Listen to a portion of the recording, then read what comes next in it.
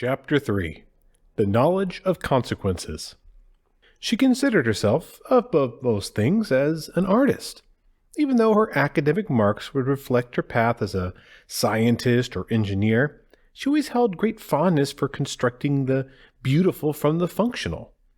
Every beaker a canvas, every schematic a masterpiece. Nichol had never set an alarm for herself since the 4th grade, as her internal clock was always primed for a 5:30 a.m. early rise. No coffee after 3 p.m. and no heavy foods after 6 o'clock meant that her timing was never out of place.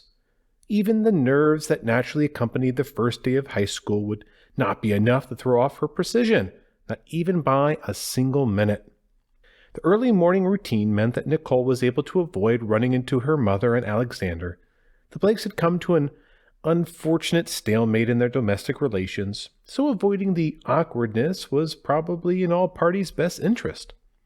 Well, who talks like this? What she means is that she is fighting with Mom about her new husband. Now, that was not so hard, was it? Well, maybe it was, as Nichol felt that she would rather die than use a word like husband to refer to that man who now resided in the place where her father should be, or rather in the place he once was. Nichol had a lot to deal with for someone who was also starting school so soon, but in what would be a common problem for her in the future, she felt like it was something to deal with at some later time in the future.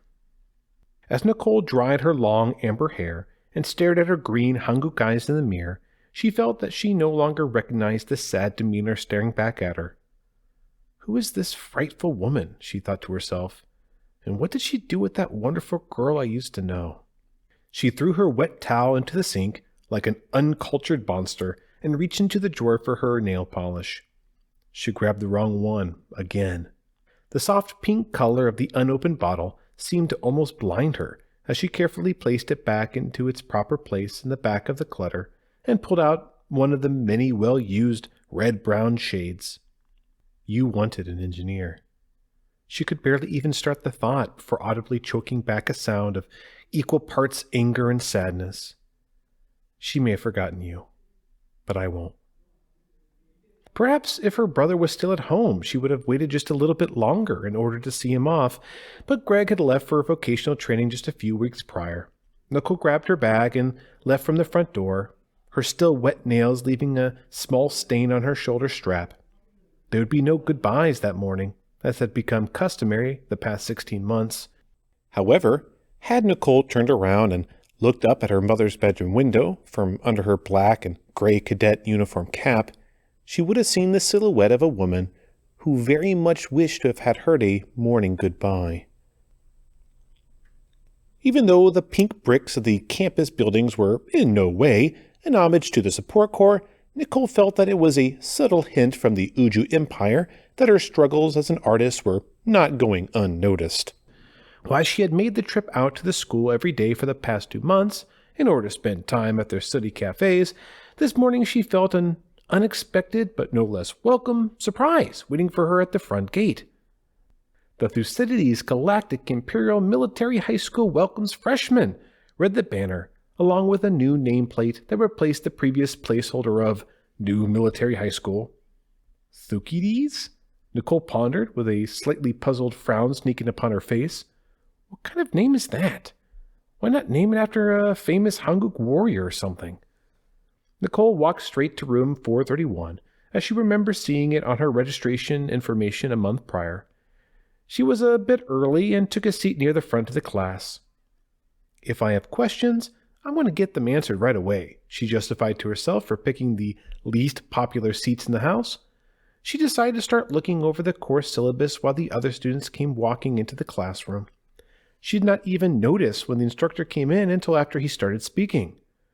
As you likely already have heard, we are welcoming the first post-cycle of integration humans into the classroom.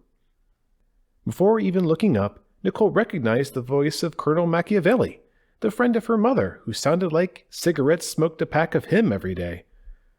As such, we will be breaking into the work groups to better help integrate our newest Imperial species into the fold. As much as Nichol disliked Nippon people in general, if one had to be her instructor, then Colonel Mack was the best choice. Looking over the curriculum for the first term, seems a much greater emphasis will be placed on Earth history. Unless it's about Leonardo da Vinci, Nichol rhetorically thought, then I don't care about Earth history. Therefore, also be assigning each of you a historic pre-space age nation to research and present your findings at the end of the quarter. Please be Italy or France, she internally begged, to no one in particular. Listen for your name, country assignment, and group number. I will not repeat myself. The weight seemed to almost kill her as she heard her favorite European states being given away to other classmates. Blake, Republic of Korea, Group 4. Asia? Nichol did not approve of the choice because she was uncultured in the finer arts like 21st century video games, K-pop, and fruit-flavored soju. As Nichol approached the table marked Group 4, her heart sank. Already seated was the unmistaken lanky brown-haired figure of a Nippon student. Swallowing her disgust, she managed a weak bow as the boy adequately fumbled a first greeting. It is nice to meet you. I'm Cadet Francis Rogers. I heard when Colonel Mack called your name. Nichol did her best to hide any malcontent in her voice. I am Nichol Blake. I hope we have a productive first term together. Mack? Francis looked confused, but of course he would not be familiar with the nickname of a teacher he had never met before. Mack is his chosen nomenclature. He's an old friend of my mom's. Francis looked like he was about to respond, but Nichol decided to cut him off with a quick clarification. She's a teacher here as well, but in a different class. As you can imagine, nepotism is highly frowned upon in the military. Her words seemed to make Francis fidgety. Nichol looked down to see the boy self-consciously rubbing the birthmarks on both of his thumbs. So, that's why he's team leader, huh? Nichol, no longer quite as afraid, to let her face reflect the disgust she was feeling at the moment. Unless it's for an ambilegacy like you. Right, team captain? Francis did not respond, but his expression told Nichol all that she needed to know. Hello, I'm Cadet Karel Dinkley. May I sit down? The question caught Nichol off guard, as she had been too involved in the Francis situation to have noticed the little black-haired human girl who now stood next to her. Yes, you should, Nichol said with the warmth of an Inuit's boot. Cadet Nichol Blake. I'm Francis Rogers, and it's nice to meet you. Not only a Nippon, but one that cannot even speak properly, Nichol assumed internally. Why do they get so many undeserved opportunities when it was my people they killed to be here? Since her question was heard only by herself, she was unable to get an answer, but no response from Francis could have likely remedied this situation. We just need to wait for one more person, and then we should have a full team. Please be a tall, dark, and handsome Zongo, Nichol pleaded, again to no one in particular. Jones, People's Republic of China, Group 4, came Colonel Mack's unmistakable grumblings. Nothing. Jones. Still nothing. Okay, moving on. Nichol recognized the Jones surname, but could not for the life of her remember why. Since Karel is the human of the group, maybe we should have her tell us about the countries we were assigned, Francis suggested, his voice cracking, betraying the uncertainty in his statement. Do you know the history of every state that existed for your people? Came the human girl's sarcastic reply. Maybe we aren't so different, Nichol thought, chuckling to herself. I guess not, sorry. Most people would have felt at least a little bad for Francis at this point, but Nichol was not most people. Maybe we should look up some basic information about them now and go into specifics later? Nichol was not able to answer before Colonel Mack's booming bearded voice rang throughout the classroom. Yes, his voice was so manly, even it had its own beard. Today is going to be a busy day, he started. First, I'm going to hand out a list of questions you will need to answer as a group after researching your country. Nichol looked at the data transfer pack and carefully placed it in the same single worn spot on her Palm computer and immediately removed it once the near-instant download completed. Second, we need to head to the auditorium for a welcoming speech by Principal Hobbs. Finally, we'll head over to the animal armory so you can pick out a group companion that you'll be required to raise and train over the course of the term. Animal armory? I hope we get a Zebo. What in the world is a Zebo, Nichol? Your animal's going to be something cute, like a dog or a red panda. No 7th grader reading this wants a Zebo as a main character. You will be the first graduating class of the newly integrated empire. Do not screw this up. As if on cue, the door of the classroom swung open with a loud bang and jolted the classroom's attention. Cadet Kenny Jones reporting for duty.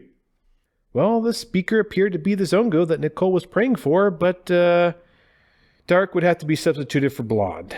Sorry, we are all out of tall, dark, and handsome. Would tall, blonde, and handsome be okay? Group 4, Cadet Jones. Colonel Mack's baritone again, snapping Nichol back to reality. You can ask your teammates what your assignment is, because I'm not going to repeat myself. I'm passing out your assignment files to your palm computers now. Look over the questions you'll quickly need to answer after looking over each of your assigned countries quickly. We have to get to the auditorium for your opening ceremony. Mr. Tall, Blonde, and Handsome strutted over to the Group 4's table with the exaggerated swagger of a Zigo teen. Which makes sense because that is exactly what he was. Yo, Kenny Jones! Yes, that Kenny Jones. How can something so beautiful be so grating? Nichol pondered. Welcome to high school, honey. This is my group, right? Kenny said, seemingly ignoring the others at the table who were not Nichol. Yes, it is, Nichol snapped, knowing what game he was playing at. Don't be late to class, or they're going to stick you in the infantry corps. That's the idea, Fire Sprite, Kenny retorted, drawing Nichol's attention to the light blue ribbon attached to his uniform collar. True blue. Stay strong, Nichol. Do not look him in the eyes. His great big brown eyes. Curses. They're like little tractor beams of dreaminess. Well, Kenny said, sitting down and finally recognizing the other 2 group members. Who's going to let me know what the assignment is? We've each been assigned a country from pre-space Earth history, Nichol started, trying her best not to stare too deeply in his creamy peanut butter chocolate eyes. What the heck am I even saying?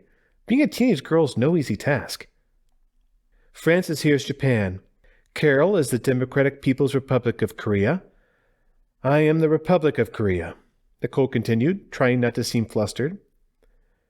I give her performance 7 out of 10. A C.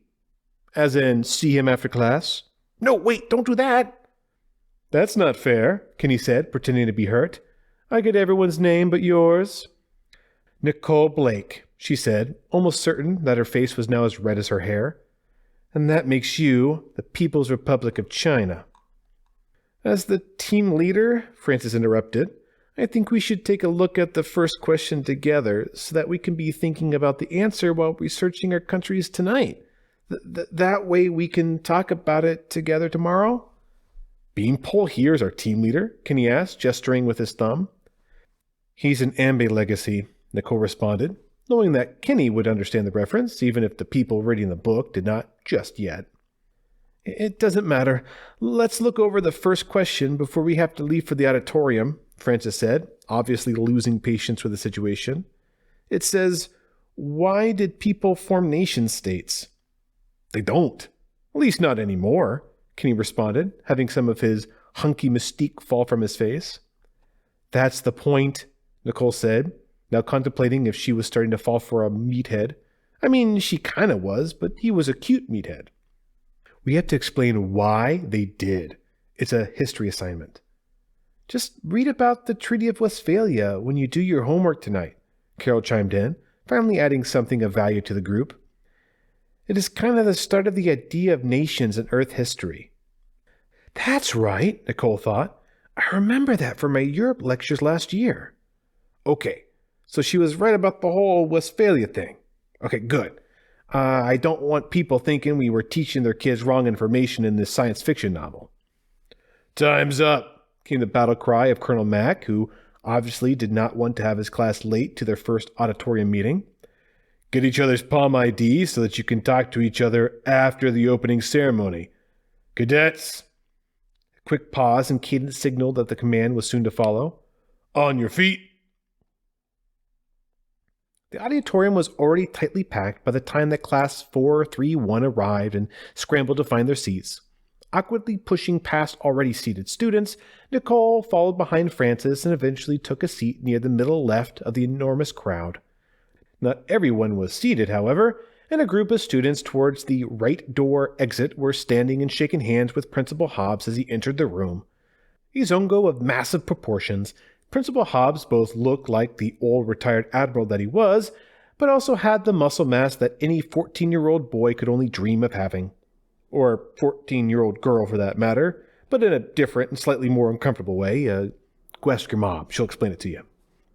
Why is he touching everyone like that? Kenny asked, clearly unfamiliar with the greeting. He is shaking hands. That's how most humans greet new people, Karel yelled, trying to be heard over the thunderous sounds of students clapping in military band music. Nippon's bow, Zongo's salute, humans shake. Hongo's bow as well, but ours is a little more graceful, Nichol reminded her, somewhat prejudicially. Regardless, Kenny shouted, continuing from his earlier thought, it seems really unhygienic, especially shaking hands with a bunch of high school freshmen. Maybe he wants to seem more human for their sake? Francis speculated in a voice that sounded more like a thought forming out loud than it did a fully formed statement. Well, he's not, Karel bemoaned, her distaste for the principal's gesture very clear from her intonation. We have no choice but to be in the Empire now, Karel clarified, but we still want to keep human things for ourselves. You notice how he does not wear or do anything Nippon, Kenny observed? It's because the Empire thinks of them as normal now, not special, normal. But right now, Kenny paused to point out Principal Hobbs hugging an open-armed human student in the front row. All you humans are special. And as long as you're special, you'll never be normal. Francis finished the thought with a face that looked like a mixture of him being proud that he answered correctly, but also wanting to slink away to a corner and die from embarrassment when he saw Karel's reaction to his words. The students all seemed to quiet down as the principal took to the podium and cleared his throat. He was obviously a man of some advanced age, but with his zongo it would be very difficult to say how old with certainty. He opened up his bag that he had been carrying at his side and removed a large tome of a book and plopped it on the podium with a large thump that reverberated throughout the sound system. What in the world is that? Francis asked in a half-whisper. It's a book, Nichol answered in a voice that seemed to indicate that she did not plan on elaborating. Regardless, she did anyways. It was an analog way of recording written information using tree pulp from Earth's pre-digital history. Seems like an odd thing for a retired admiral to have, Kenny said, staring at it intently as if he was trying to read it from all the way across the room. Humans still use them in decorating, Karel explained. I have a few in my own home. Maybe it's just him playing human again. At that moment, the principal cracked open the book and began his speech. Cadets, came the powerful voice ringing across the audio system that surrounded the auditorium. Today, you're not just students, you are pioneers, trailblazers, pathfinders on a mission to bring about a point of great change in our glorious empire. He tried to turn the page, but the thin paper began to stick to the following pages. Thinking quickly, the principal wet his index finger with his tongue and then proceeded to easily separate the pages. Gross, Francis said, again not thinking about how many people could hear him. A quite audible shush came from behind them. With the launch of the Thucydides Galactic Imperial Military High School, Principal Hobbs continued, finally letting everyone except those reading this know how the heck to pronounce it, we will witness the culmination of 3 long generations of human integration into Imperial society. Nichol could see that the principal's speech was making Karel agitated, but for all she knew, human girls just had to pee more often and was trying to hold it in. Together, we will make the universe quake at the sight of our imperial might. The principal seemed to be slowing his tempo, even as his breathing increased. Nichol was not sure why, but something seemed wrong. Long live the Emperor! Long live the Empire!